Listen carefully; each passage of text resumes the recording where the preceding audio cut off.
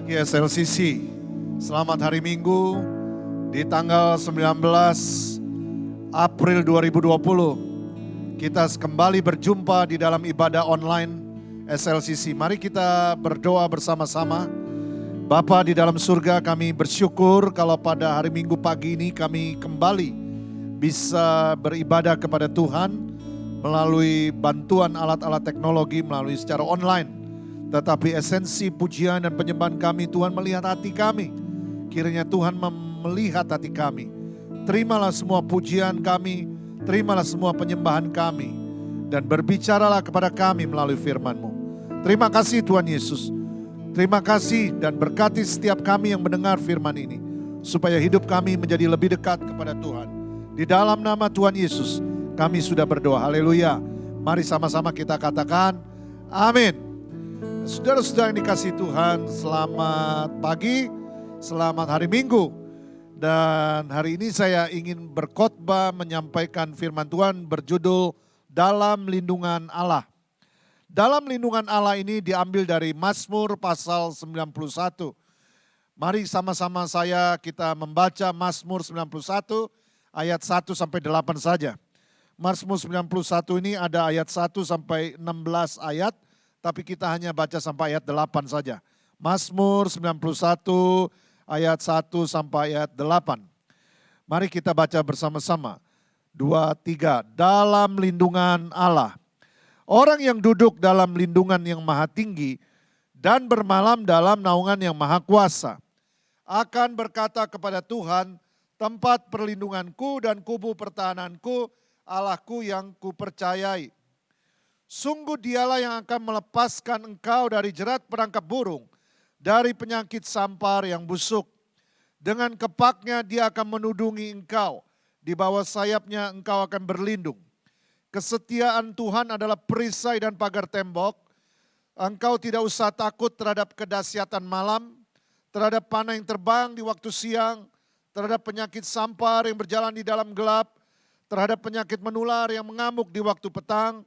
Walau 1.000 orang rebah di sisimu dan 10.000 di sebelah kananmu, tetapi itu tidak akan menimpamu. Engkau hanya menontonnya dengan matamu sendiri dan melihat pembalasan terhadap orang-orang fasik. Bapak, Ibu, Saudara sekalian dikasihi oleh Tuhan, Mazmur ini adalah Mazmur yang sangat terkenal, Mazmur yang sangat populer.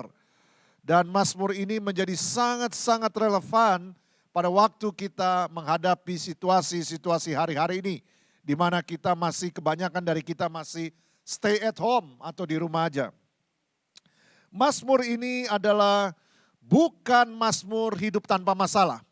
Jadi saudara, banyak orang salah kaprah ketika mereka belajar Mazmur 91 atau mengucapkan Mazmur 91, mereka berharap bahwa hidup mereka tanpa masalah. Bukan itu. Mazmur 91 ini bukan berarti hidup kita tanpa masalah. Bukan berarti hidup kita ini tanpa gangguan, tanpa kesukaran. Bukan. Karena Mazmur 91 ini judulnya aja dalam lindungan Allah. Kenapa perlu perlindungan? Karena ada ancaman. Kenapa perlu perlindungan? Karena ada kesukaran. Kenapa ada perlindungan? Karena ada kesulitan. Kenapa ada perlindungan? Karena kita mengalami tantangan. Maka ditulislah dalam lindungan Allah. Nah, Mazmur 91 ini sangat terkenal. Sehingga bukan cuma diucapkan oleh manusia, tetapi iblis juga menggunakan Mazmur 91 ini untuk mencobai Tuhan Yesus. Yaitu pada waktu itu iblis menggunakannya di ayat 11 dan 12 dari Mazmur 91 untuk mencobai Tuhan Yesus pada waktu Yesus berpuasa 40 hari 40 malam di padang gurun. Mari kita lihat sama-sama Matius 4 ayat 6. Lalu berkatalah iblis kepada Tuhan, jika engkau anak Allah, jatuhkanlah dirimu ke bawah. Sebab ada tertulis mengenai engkau, ia akan memerintah malaikat-malaikatnya. Dan mereka akan menatang engkau di atas tangannya, supaya kakimu jangan terantuk kepada batu. Nah, perkataan iblis ini ternyata adalah kutipan dari Mazmur yang kita baca barusan, yaitu Mazmur 91, tetapi di ayat yang ke-11-12 yang berbunyi demikian. Sebab malaikat-malaikatnya akan diperintahkannya kepadamu untuk menjaga engkau di segala jalanmu. Mereka akan menantang engkau di atas tangannya supaya kakimu jangan terantuk kepada batu. Jadi iblis menawarkan mazmur perlindungan ini kepada Tuhan Yesus. Supaya pada waktu Tuhan Yesus yang dalam kondisi kemanusiaan yang sangat lemah, puasa 40 hari 40 malam, disuruh membuktikan ketuhanannya dengan menjatuhkan dirinya dari hubungan bait suci. Nah, setan menantang Yesus untuk menjatuhkan diri. Nah, tetapi dia berkata bahwa meskipun kamu menjatuhkan diri, kamu ada perlindungan sesuai dengan Mazmur 91 ayat 11-12. Tetapi Yesus menghardik setan itu. Dia berkata bahwa kamu jangan menguji Allah, katanya begitu. Nah, saudara-saudara, apa yang iblis pelajari kelak kemudian bahwa Mazmur 91 ini ternyata harus digenapi, harus dipenuhi oleh kematian Yesus dan kebangkitannya di kayu salib. Karena dengan kematian Yesus dan kebangkitan di kayu salib yang baru kita rayakan hari Jumat dan hari Minggu kemarin, yaitu Jumat Agung dan Paskah. Hanya dengan kematian Yesus dan kebangkitannya, maka Mazmur 91 ini bisa digenapi. Bahwa Yesus itulah perlindungan kita. Hanya dengan kematian dan kebangkitannya. Jadi Mazmur 91 ini bukan alasan Yesus untuk menghindari salib. Mazmur 91 ini adalah alasan Yesus untuk pergi ke salib. Sekali lagi, Mazmur 91 ini bukan alasan Yesus untuk menghindari salib. Tapi Mazmur 91 ini adalah alasan Tuhan Yesus untuk pergi ke salib. Supaya saudara yang di rumah dan saya yang ada di sini sama-sama dalam lindungan Allah. Nah, tradisi Yahudi menuliskan bahwa Mazmur 91 ini ditulis oleh Nabi Musa. Nah, saudara tahu Nabi Musa mengembara di padang belantara, padang gurun selama 40 tahun, saudara. Dan harus memimpin jutaan orang, penduduk Israel pada waktu itu. Menjadi bangsa yang nomaden, harus pindah dari satu tempat ke tempat lain untuk menuju tanah perjanjian. Saudara bisa tahu bagaimana pergumulannya, bagaimana tantangannya, bagaimana kekurangan makanan, bagaimana kekurangan air, bagaimana kejamnya padang gurun, bagaimana harus berhadapan dengan ular beludak, bagaimana harus menghadapi kekeringan, bagaimana harus menghadapi panas. Sehingga Mazmur 91 ini ditulis oleh Nabi Musa dalam waktu-waktu itu. Jadi Mazmur ini bukan bertujuan untuk menghindarkan kita dari masalah, tetapi Mazmur 91 ini untuk menegaskan bahwa ada perlindungan Tuhan. Ada perlindungan Tuhan. Nah, saudara, kita bisa hidup di dunia ini. Ada 7,5 sampai hampir 8 miliar penduduk bumi. Dari 7,5 sampai 8 miliar penduduk bumi, ada yang mengharapkan perlindungan Tuhan, tapi juga ada yang gak pernah mikir perlindungan Tuhan. Nah, Mazmur 91 ini menyatakan bahwa dalam lindungan Tuhan. Nah, saudara, mari kita sama-sama belajar Mazmur 91 ini dalam lindungan Tuhan. Jadi Mazmur 91 bukan judulnya hidup tanpa masalah, bukan. Mazmur 91 ini bukan judulnya hidup jalannya semua lancar, bukan. Mazmur 91 ini bukan judulnya bebas dari pencobaan, bukan. Mazmur 91 ini judulnya adalah dalam lindungan Allah. Berarti ada ancaman, berarti ada kesukaran, berarti ada kesulitan, berarti ada masalah. Maka diperlukan lindungan Tuhan. Yuk kita baca sama-sama ayat 1 kita pelajari. Apa bunyi ayat 1? Orang yang duduk dalam lindungan yang maha tinggi dan bermalam dalam naungan yang maha kuasa. Di dalam bahasa Inggris dipakai kata, he that dwelleth in the secret place of the Most High. Ia yang tinggal di tempat rahasia daripada yang maha tinggi. Nah, ini menarik saudara, ada kata tempat rahasia atau the secret place. Kalau saudara dan saya merenung flashback pada waktu kita masih anak-anak ya, mungkin umur 10 tahun kita mungkin punya tempat rahasia. Apa itu di bawah tangga, ataukah di luar rumah dekat semak-semak, yang tempat rahasia yang cuma kita doang yang tahu ya. Nah, kita merasa di tempat rahasia ini gak ada orang lain yang tahu karena tempat rahasia. dan kita merasa aman. Rahasia kita tidak ada yang tahu, kita terlindungin. Ya. Nah, tempat rahasia ini juga menjadi, kadang-kadang kita undang seseorang untuk datang. Tentu orang yang kita suka, orang yang kita percaya, orang yang menjadi sahabat kita, teman main kita yang kita percaya atau teman baik kita. Kita undang ke tempat rahasia kita, ya kan? Nah, saudara-saudara, ternyata di ayat ini dikatakan bahwa he that dwelleth in the secret place. Ini dikatakan bahwa ia yang tinggal, he that dwelleth in the secret place of the Most High. Ia yang tinggal di tempat rahasia daripada yang Maha Tinggi. Jadi Tuhan punya tempat rahasia. Tuhan punya tempat rahasia. Dan dia tidak hanya ingin mengundang saudara visit sekali-sekali. Tapi ia mau saudara tinggal di tempat rahasianya. Artinya tempat itu dijadikan tempat saya dan tempat saudara. Tempat itu menjadi alamat saudara, ya. Nah, ini satu poin. Ini bicara soal keintiman, di mana tempat tinggal Tuhan, di mana tempat rahasia Tuhan. Itu adalah tempat di mana saya ada, saya bersama-sama Tuhan. Itu ayat 1. Jadi ayat 1 ini bicara soal keintiman. Mari kita lihat janji Tuhan di ayat yang kedua. Di ayat yang kedua, Mazmur 91 mengatakan begini, aku akan berkata kepada Tuhan, tempat perlindunganku. Itu dulu cukup. Dalam bahasa Inggris dipakai kata, I will say of the Lord, He is my refuge. Tempat pengungsianku. Nah, saudara-saudara, tempat pengungsian itu adalah tempat yang sebenarnya orang normal gak mau pergi. Kalau sampai orang mau pergi ke tempat pengungsian, berarti di tempat asalnya dia mengalami ancaman bahaya. Sehingga ancaman itu memaksa dia untuk meninggalkan rumahnya, untuk meninggalkan pekerjaannya, meninggalkan sekolah anak-anaknya, meninggalkan komunitasnya, meninggalkan ladangnya, meninggalkan kantornya, meninggalkan tempat usahanya, meninggalkan semuanya untuk mengungsi. Berarti itu mengancam nyawanya, mengancam keluarganya, mengancam semuanya. Terpaksa dia harus mengungsi. Nah, di gambar yang berikut ini saudara, ada beberapa gambar yang menggambarkan orang-orang yang mengungsi. Saudara bisa lihat bagaimana mereka berjalan kaki jauh, lalu nggak bisa menerobos tempat yang baik.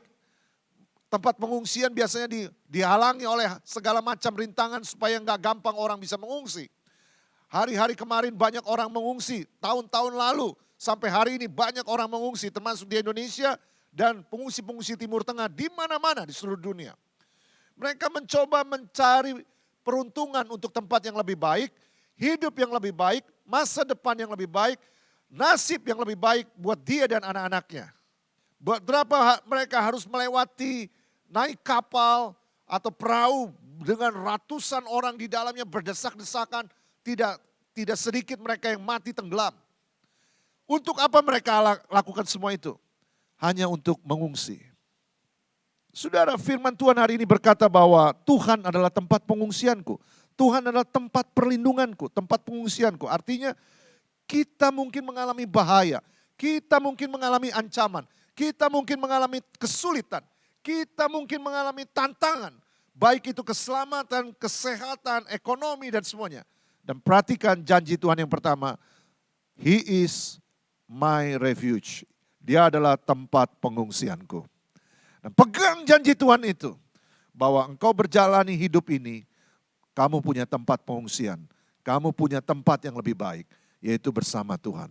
Kalau sudah begitu, maka saudara dan saya harus selalu berdekat kepada Tuhan. Ada cerita tentang seorang yang bernama Frederick Nolan. Frederick Nolan ini dikejar-kejar untuk dibunuh karena imannya kepada Tuhan Yesus. Pada waktu dia berusaha dibunuh, dia pindah dari satu tempat ke tempat lain dan tidak ada tempat buat dia untuk pergi. Akhirnya kemana dia pergi, ke gunung dia dikejar, ke lembah dikejar, ke sungai dikejar, kemana saja dia dikejar. Sehingga dia pada satu titik dia sudah kecapean dan keletihan dan dia tidak bisa apa-apa lagi dan terjatuh di suatu rumput, padang rumput. Pada waktu dia sudah putus asa menyerahkan nasibnya, tiba-tiba dia melihat sebuah gua yang kecil. Sebenarnya lubang lebih tepatnya, bukan gua. Dan dia berkata, daripada aku mati dibunuh di sini, lebih baik aku menyelinap ke dalam lubang itu.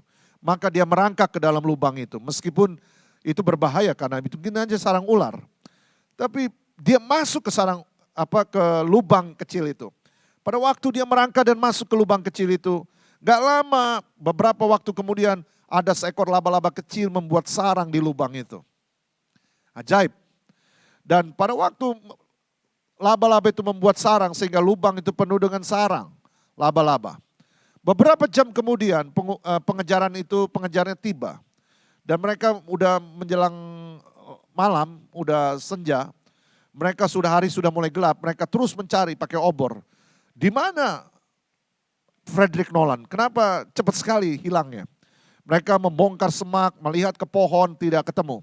Lalu ada seorang tentara berkata, lihat ini seorang prajurit, ada lubang, mari kita lihat. Mereka bawa obor dan melihat, karena obor itu berbeda dengan senter. Kalau senter itu cahaya bisa tegak lurus ke depan, kalau obor cahaya ke atas. Maka mereka mencoba lihat, tapi waktu mereka mendekat ternyata lubang itu penuh dengan sarang laba-laba. Akhirnya bosnya bilang, mari kita jangan buang waktu, kita pergi. Maka mereka pun pergi. Selamatlah Frederick Nolan. Saudara, seekor laba-laba yang kecil, sarangnya yang kelihatan lemah, itu bisa menjadi benteng yang kokoh, tempat pengungsianmu kalau Tuhan bekerja atasnya. Hal yang kelihatannya kecil, hal yang kelihatannya sepele, hal yang kelihatannya nggak dianggap, hal yang kelihatannya lemah, Tuhan bisa pakai menjadi alat buat saudara dan saya menjadi tempat yang aman. Jangan terlalu khawatir hari-hari ini, karena Tuhan bisa pakai apa saja yang kelihatannya nggak mungkin untuk menyelamatkan kita. Dalam lindungan Allah. Nah yang kedua, ayat kedua masih lanjutannya. Aku akan berkata kepada Tuhan tempat perlindunganku dan kubu pertahananku. Yang kedua adalah kubu pertahanan. Saudara garis bawahi kubu pertahanan. Kalau yang tadi saudara garis bawahi tempat perlindungan. Kubu pertahanan. Dalam bahasa Inggris dipakai kata fortress atau benteng. Benteng itu kelihatan dan musuh tahu. Makanya musuh menyerang biasanya dihalangi oleh benteng. Saudara tahu benteng Jericho, lalu Great Wall, tembok China, lalu benteng-benteng biasa itu. Orang kalau mau berperang selalu ada benteng, tembok. Nah, kubu Yerusalem juga ada benteng Yerusalem. Di Indonesia Timur juga, Kepulauan Maluku, ada juga benteng-benteng peninggalan Portugis. Tujuannya supaya musuh tidak bisa tembus. Jadi benteng itu kelihatan, tetapi Tuhan berkata di dalam Mazmur 91 ayat 2b, bahwa Tuhan itu adalah kubu pertahananku. Kelihatan, tapi nggak bisa ditembus. Saya kasih contoh, ada sebuah cerita pada tahun 1960. Ada pemberontakan di daerah Kenya. Pemberontakan Mau namanya. Mereka menuntut kemerdekaan dan memisahkan diri dari Kenya.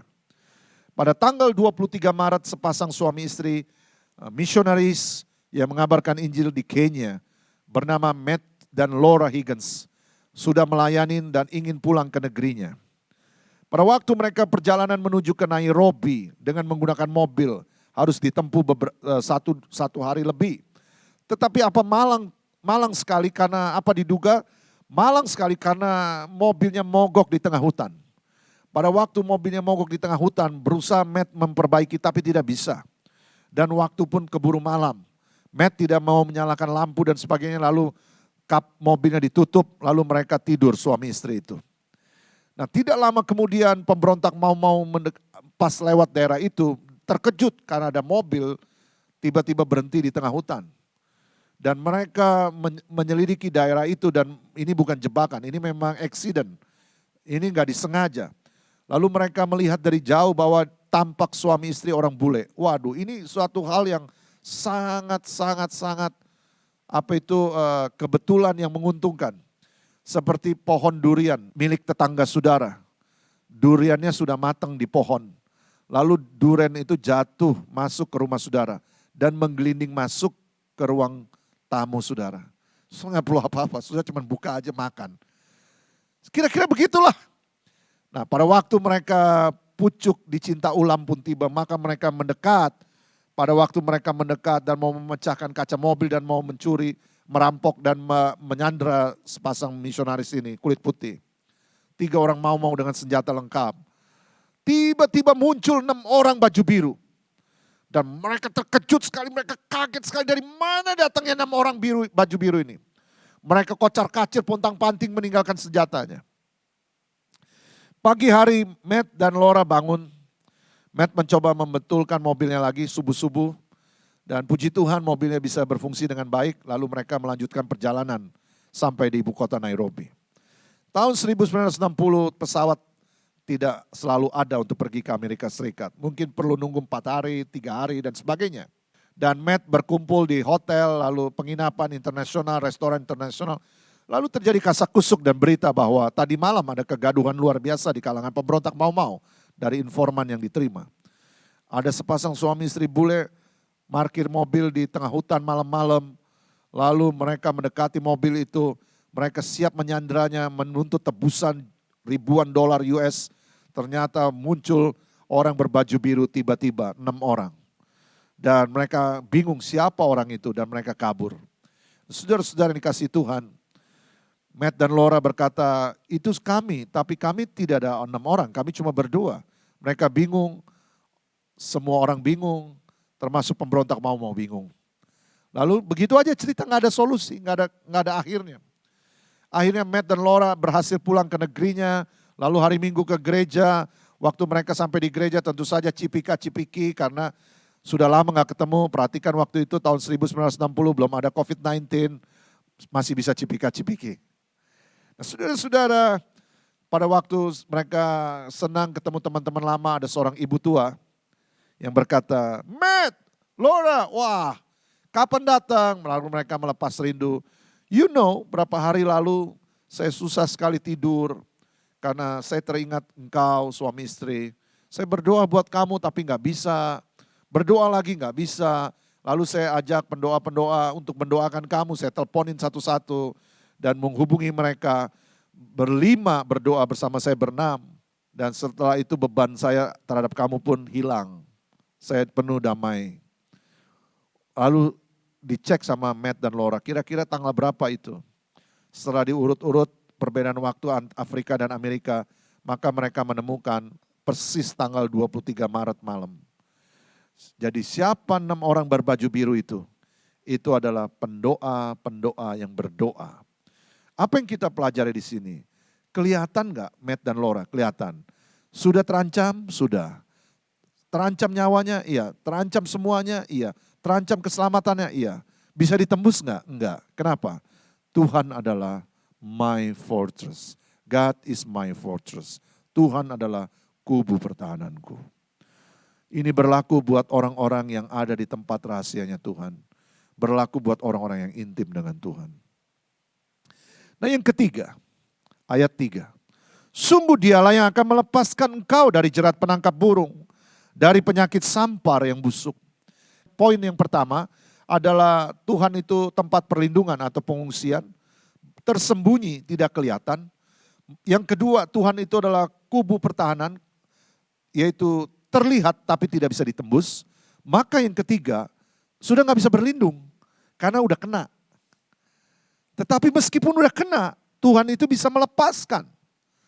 Saudara, dalam lindungan Allah, meskipun Anda mungkin kena masalah, meskipun Anda sekarang kena sakit, meskipun Anda kena problem, bukan berarti semuanya lancar, bebas tanpa proses. Tetap harus melalui proses. Tetapi meskipun kena masalah, Tuhan bisa melepaskan. Dikatakan di ayat ini, sungguh Tuhanlah yang akan melepaskan engkau dari jerat penangkap burung, dari penyakit sampar yang busuk. Kapan itu anak-anak Tuhan dilepaskan? Saudara ingat Sadrak, Mesak, Abednego dilepaskan dari perapian yang nyala-nyala. Saudara ingat Daniel dilepaskan dari gua singa. Saudara dan saya pernah mengalami dilepaskan dari yang jahat kan? Mari tetap jalani hidup ini, tapi dengan berharap dalam lindungan Allah. Saudara-saudara, di firman Tuhan dikatakan Mazmur 34 ayat 17. Apabila orang-orang benar itu berseru-seru, maka Tuhan mendengar dan melepaskan mereka dari segala kesesakannya. Di dalam saat-saat seperti sekarang, mari kita terus berdoa bagi negara kita Indonesia. Berdoa dalam kesesakan supaya Tuhan melepaskan wabah COVID-19 ini dari negeri ini, juga dari seluruh dunia. melepaskan dari kesusahan ekonomi, melepaskan dari dampak domino daripada resesi ekonomi dunia. Mari berdoa, terus berdoa, berdoa, berdoa. Apabila orang-orang benar itu berseru-seru, maka Tuhan mendengar dan melepaskan mereka dari segala kesesakannya. Itu yang ketiga. Yang keempat, ayat yang keempat. Tuhan adalah tempat naunganku. Jadi ada 6 poin hari ini janji Tuhan. Yang pertama adalah Tuhan adalah perlindunganku. Yang kedua, Tuhan adalah kubu pertahananku. Yang ketiga, Tuhan adalah pelepasku. Yang keempat, Tuhan adalah tempat naunganku. The Lord is my shelter. Dengan kepaknya ia akan menudungi engkau. Di bawah sayapnya engkau akan berlindung. Kesetiaannya adalah perisai dan pagar tembok. Sebuah ayat ini mengatakan bahwa Tuhan itu adalah tempat naunganku. Di bawah kepaknya aku akan menudungi engkau. Memang Tuhan punya sayap. Sehingga pakai kata kepaknya. Di bawah kepaknya Tuhan akan menudungi aku dan saudara. Di bawah sayapnya kita akan berlindung. Emang Tuhan punya sayap. Ilustrasi berikut ini untuk menggambarkan maksud daripada ayat ini. National Geographic menceritakan sebuah peristiwa. Pada waktu ada kebakaran hutan di Yellowstone National Park di Amerika Serikat. Yellowstone National Park ada di 3 negara bagian. Daerah yang sangat luas sekali dan kebakaran hutan. Pada waktu kebakaran hutan terjadi di sana, maka banyak binatang-binatang hutan mati. Suatu hari ada tim penyelamat atau polisi hutan masuk ke dalam hutan yang terbakar, yang sudah padam apinya. Mereka melihat kerusakan hutan, pohon terbakar, banyak hewan-hewan mati. Tetapi yang menarik, di bawah sebuah pohon mereka menemukan sebuah bangkai burung. Orang ini menjadi tertarik karena burung kan punya sayap bisa terbang kapan aja. Lalu dia mengambil tongkatnya lalu mendorong itu bangkai burung yang sudah jadi abu itu. Pada waktu didorong saudara, di bawah bangkai burung itu terdapat 2 atau 3 anak bayi burung. Rupanya sang induk burung ini merelakan dirinya mati meskipun dia harusnya hidup. Supaya anak burung yang harusnya mati menjadi hidup di bawah naungan kepak sayapnya. Saudara, itulah gambaran Tuhan Yesus. Yesus yang harusnya hidup menjadi mati. Supaya kita yang harusnya mati kekal, memperoleh hidup yang kekal. Baru saja kita rayakan minggu lalu. Kolose 3:3 mengatakan, sebab kamu telah mati, hidupmu tersembunyi bersama dengan Kristus di dalam Allah. Yang kelima, Tuhan adalah perisaiku. Mazmur 91 ayat 5. Engkau tidak usah takut terhadap kedahsyatan malam, terhadap panah yang terbang di waktu siang, terhadap penyakit sampar yang berjalan di dalam gelap, terhadap penyakit menular yang mengamuk di waktu petang. Apalagi hari-hari ini ada penyakit menular namanya COVID-19. Dan saudara-saudara, dipakai kata engkau tidak usah takut terhadap kedahsyatan malam. Di dalam bahasa Inggris dipakai kata terror of the night. Kapan Anda merasa kaget tengah malam, saudara? Kapan orang merasa stres? Kapan orang itu merasa kesulitan hidupnya, tertekan pada waktu malam, susah tidur? Pada waktu malam saat semua suara berhenti. Pada waktu malam saat semua aktivitas manusia berhenti. Tengah malam, saudara terjaga dan susah tidur. Itu disebut terror of the night. Apakah engkau mengalami hari-hari ini penuh ketakutan? Anda susah tidur, Anda tengah malam kebangun, memikirkan suatu masalah yang susah dihadapin, memikirkan suatu masalah yang sepertinya nggak ada solusi. Itu namanya terror of the night. Firman Tuhan hari ini berkata bahwa Tuhan itu adalah perisai. Engkau tidak usah takut terhadap kedahsyatan malam, terhadap terror of the night, terhadap panah yang terbang di waktu siang. Kenapa? Because the Lord is my shield. Tuhan adalah perisaiku. Perisai itu menunjukkan dalam situasi perang, panah api si jahat berusaha menyerang. Maka perisai itu satu-satunya, saudara. Perisai yang menahan panah itu. Karena setiap panah api si jahat yang mau mencelakai saudara, yang mau menakutkan saudara, mengintimidasi saudara, yang membuat saudara khawatir, yang membuat saudara kalah, putus asa, kecewa, udah hopeless. Perisai iman Tidak boleh lepas dari saudara. Di dalam Mazmur 119 ayat 114 muncul kata perisai. Mazmur 119 ayat 114. Engkaulah persembunyianku dan perisaiku, kata Daud. Aku berharap kepada firman-Mu. You are my hiding place and my shield. I hope in your word. Jadi Tuhan itu adalah perisai, iman itu adalah perisai. Tuhan adalah perisai, iman kepada Tuhan. Karena itu saudara, di saat-saat seperti ini gunakan perisaimu.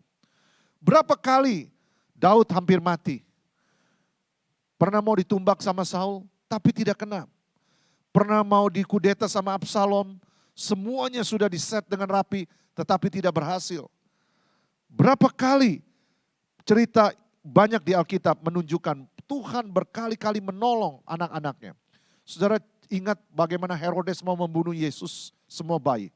Pada malam itu malaikat Tuhan muncul kepada Yusuf dan berkata, Yusuf angkat anak ini dan bawa ibunya ke Mesir. Hampir kena, tapi tidak kena. Kenapa saudara? Karena perisai. Tuhan itu menjadi perisai bagi saudara dan saya. Jangan Anda menjadi takut hari-hari ini. Jangan Anda menjadi khawatir. Kapan itu ada iman? Iman timbul dari pendengaran. Pendengaran akan apa? Pendengaran akan firman Tuhan. Karena itu jangan sampai kita tidak baca Alkitab, jangan sampai kita tidak membaca firman. Yang keenam, yang terakhir, Tuhan adalah kekuatanku. Mazmur 91 ayat 7. Walau 1.000 orang rebah di sisiku dan 10.000 di sebelah kananku, tetapi itu tidak akan menimpamu. Engkau hanya menontonnya dengan matamu sendiri dan melihat pembalasan terhadap orang-orang fasik. Nah saudara, Musa menulis ini sekali lagi pada waktu dia ada 40 tahun perjalanan dari Israel melewati padang gurun menuju tanah perjanjian. Dia mengalami banyak bahaya, Musa. Dia memimpin 1 juta orang lebih melewati tanah padang gurun itu. Penuh dengan kesulitan. Mereka juga menyaksikan bagaimana orang mati karena ketidaktaatannya kepada Tuhan. Generasi demi generasi mati ketika mereka tidak taat. Nah itulah ditulis, walau 1.000 orang rebah di sisimu, 10.000 di sebelah kananmu, tidak akan menimpamu. Faktanya orang yang setia sama Tuhan, dia akan mencapai destiny dalam hidupnya. Dia akan mencapai tujuan dalam hidupnya. Saudara-saudara yang dikasihi Tuhan, bagaimana kita bisa menerima 6 janji Tuhan ini? Tuhan adalah perlindunganku.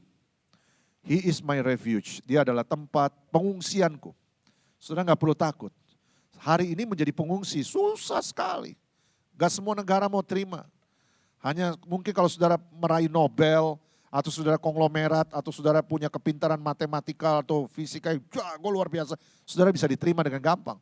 Kalau saudara orang biasa, gak punya apa-apa lagi, menjadi pengungsi gak gampang saudara. Tetapi saudara bisa mengungsi kepada Tuhan kapan saja, di mana saja. Dan setiap saat saudara bisa. Karena Tuhan adalah tempat pengungsianku. Tuhan adalah tempat pengungsianku. Tuhan adalah tempat perlindunganku. Yang kedua, Tuhan adalah kubu pertahananku. Dia adalah benteng. Tidak bisa ditembus. Usaha kita ketahuan, keluarga kita ketahuan, mau dijahatin gak bisa ditembus. Karena Tuhan adalah benteng kubu pertahananku. He is my fortress. Yang ketiga, Tuhan adalah pelepasku. Ada kemungkinan kita kena sakit, ada kemungkinan kita kena tipu, ada kemungkinan kita kena masalah. Pasti di dalam 40 tahun perjalanan bangsa Israel menuju tanah perjanjian dipimpin oleh Musa. Berapa kali mereka kena ancaman kekurangan air, mereka minta air. Berapa kali mereka minta makan, minta daging, Tuhan kasih. Tetapi bukan berarti mereka hidup gak ada masalah. Mereka harus lewatin masalah. Jadi Mazmur ini bukan Mazmur tanpa masalah. Mazmur ini adalah ada masalah tapi dalam lindungan Tuhan. Yang keempat, jadi yang ketiga tadi, meskipun ada masalah, Tuhan bisa lepaskan. Yang keempat, Tuhan adalah tempat naunganku. Kita ada di bawah kepak sayapnya, ada kehangatannya. Yang kelima, Tuhan adalah perisaiku. Bahwa perisai iman. Dengan perisai iman itu kita mematahkan panah api si jahat. Dan tidak usah takut kepada terror of the night. Yang keenam, Tuhan adalah kekuatanku. Kapan itu menjadi kekuatan kita? Pada waktu kita setia kepada Tuhan. Kita melihat, bangsa Israel melihat, Musa melihat, hanya orang-orang yang setia sama Tuhan yang masuk tanah perjanjian. Orang yang tidak setia terhampar di padang gurun. Tidak bisa masuk. Penghiburan Mazmur 91 ini bukan karena dia menjanjikan hidup kita tanpa masalah. Umur panjang dan bebas masalah, bukan. Mazmur 91 ini menjanjikan bahwa ketika kamu menghadapi masalah, jalani hidupmu, proses hidupmu dalam lindungan Tuhan. Berlaku buat siapa? Buat setiap orang yang intim dengan Tuhan. Mari kita berdoa. Saya mau bertanya sama saudara yang nonton saat ini, menyaksikan tayangan ini. Apakah engkau hari-hari ini menjadi ketakutan, kekhawatiran menghantui dirimu? Kembali kepada Tuhan. Intim dengan Tuhan. Di dalam lindungan Tuhan. Di dalam tempat rahasianya Tuhan. He that dwelt in the secret place. Mari kita berdoa. Sebelum saya berdoa, saya mau bertanya lagi kepada saudara yang menyaksikan tayangan ini. Setelah engkau mendengar firman ini, apakah engkau berkata, Tuhan Yesus, aku ingin lebih sungguh-sungguh mengenal Engkau. Aku ingin menjadikan Engkau Tuhan yang mengatur hidupku. Bukan cuma juru selamat yang menyelamatkanku. Kadang-kadang kalau aku menjadikan Engkau juru selamat aja, aku semau-maunya hidup. Tapi Engkau juru selamatku, tapi Engkau juga Tuhanku yang mengatur hidupku, yang mengatur rencanaku, yang mengatur keuanganku, yang mengatur masa depanku. Kalau engkau orangnya itu, kau taruh tanganmu di dadamu. Bapa, aku berdoa buat semua orang yang menaruh tangannya di dadanya. Pada waktu mereka mendengarkan tayangan ini, di mana saja dan kapan saja, Tuhan jamah supaya mereka mengalami hidup yang baru di dalam Yesus Kristus. Ikutin saya berdoa, Tuhan Yesus, hari ini aku menjadikan Engkau sebagai Tuhan dan Juru Selamat satu-satunya seumur hidupku. Dalam nama Tuhan Yesus. Amin. Saudara yang membutuhkan doa, saudara yang membutuhkan konseling, bimbingan, saudara bisa menghubungi nomor-nomor di bawah ini. Mari kita akhiri ibadah kita. Bapa di dalam surga, terima kasih atas firman-Mu. Kami berdoa bagi negeri Indonesia yang kami cintai. Lindungi negeri ini, pulihkan dari penyakit COVID-19.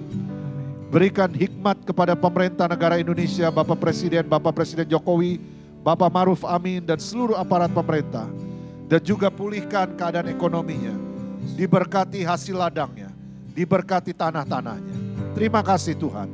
Jemaat Tuhan, mari bangkit berdiri saudara. Tuhan memberkatimu. Tuhan melindungimu. Tuhan menyinari engkau dengan wajahnya dan memberikan kau kasih karunia. Tuhan menghadapkan wajahnya kepadamu dan memberikan kau damai sejahtera. Karena itu pulanglah, bawalah berkat dan rahmat dari Allah Bapa, cinta kasih dari Tuhan Yesus Kristus, perlindungan Tuhan dan kuasa Roh Kudus. Di dalam nama Tuhan Yesus Kristus, semua yang percaya sama-sama katakan, amin. Saudara, yang terpenting dan paling penting, jalani hidup kita dengan dua pilihan. Dalam lindungan Allah atau tanpa perlindungan Allah. Mengandalkan kekuatan sendiri. Dalam lindungan Allah. See you next week. God bless you. Tuhan memberkati.